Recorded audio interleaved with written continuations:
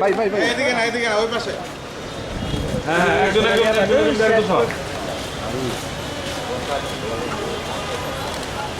সামনে গেল। আরে মোবাইলটা নিচে নামে রাখলি।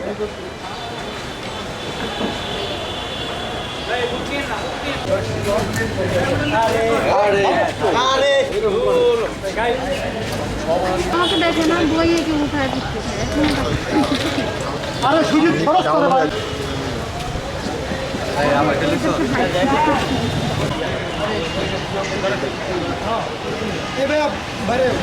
জেল খাটতে কেমন লাগে একদিন তারা সবাই একসাথে যে মানে আড্ডা মারে এবং গাঁজা সেবন করে।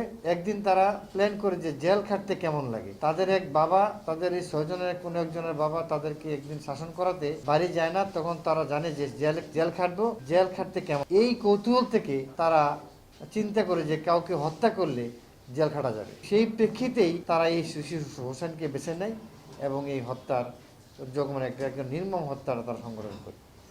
এই পরিপ্রেক্ষিতে যখন 3-4 দিন ঘটনা 3-4 দিন চলে যায়, তখন একদিন যেই ইউনুস নামে এক ছেলেটা, যে বকাটি ছেলেটা, সে মোবাইলে কথা বলছিল যে সম্ভবত তার কোনো এক বন্ধুর সাথে, যে 3 দিন হলো একটা ছেলেকে মেরে ফেললাম। এই কথাটাই পাশ থেকে কয়েকজন ছেলে বস্তিতে শুনতেছিল। তখন তাকে এই জায়গা থেকে আটকে ফেলে যে সে কোথায় হত্যা করেছে। তখন আটকে ফেলার পরে পুলিশকে খবর দেয়। পুলিশ যাওয়ার পরে তার লাশটা দেখায় দেয় যে কোন জায়গা থেকে হত্যা করেছে।